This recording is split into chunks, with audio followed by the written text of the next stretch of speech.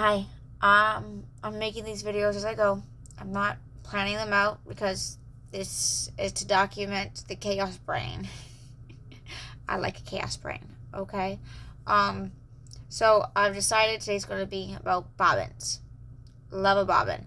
We're not going to touch the machine yet because I'm trying to learn about the individual parts first, right? So first and foremost, this is a bobbin house. I have a random one. It's an extra one. And it actually works really well. So, up close. That's all it is. I'm debating if it's an extra one. Free motion bobbin case. So, I'm assuming this is for free motion work. So, we're going to learn about that later. Because I haven't learned about this yet. So, back into my bin. Chaos sewing at its finest. Learning the things, documenting so that I have something to go back to.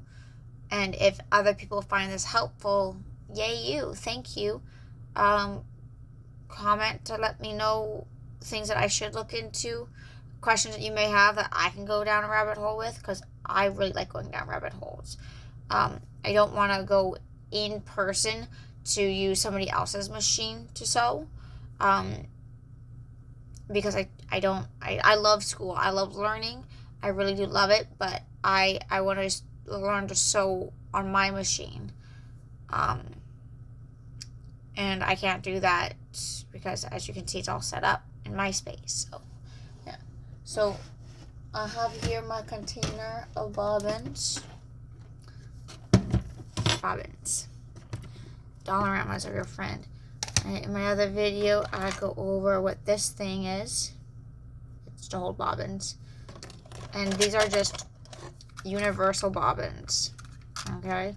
So I got some round. This one's not round very nicely. You'll notice it's all crazy. And I don't really like that. And I don't really like that because since it's round all crazy, it's weird in my machine. Now, usually how I pick my bobbins, because I got a bunch of pre-round bobbins, okay? Auction's a great thing.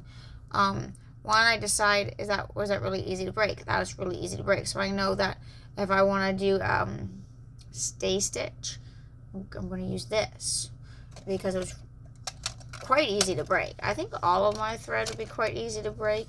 Question: anybody know what to do with like the last little bit?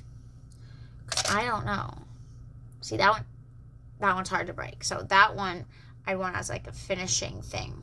So that's how I know which kind of thread I want. Just, is it easy to break? Yes. Awesome.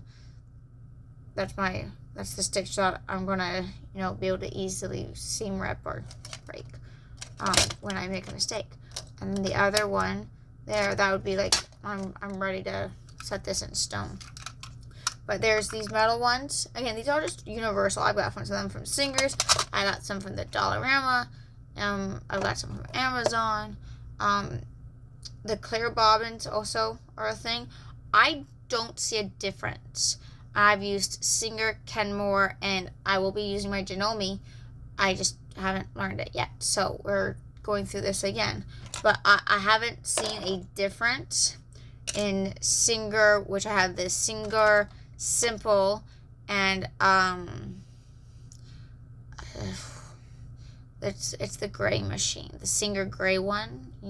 Like it's a nicer one than the Singer Simple, but yeah. So this goes into your bobbin housing. Like obviously not this one, right?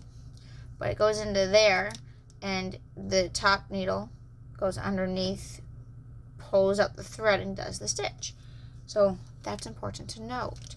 And it is really important to really understand your bobbins. And I'll, of course, do more step-by-step things.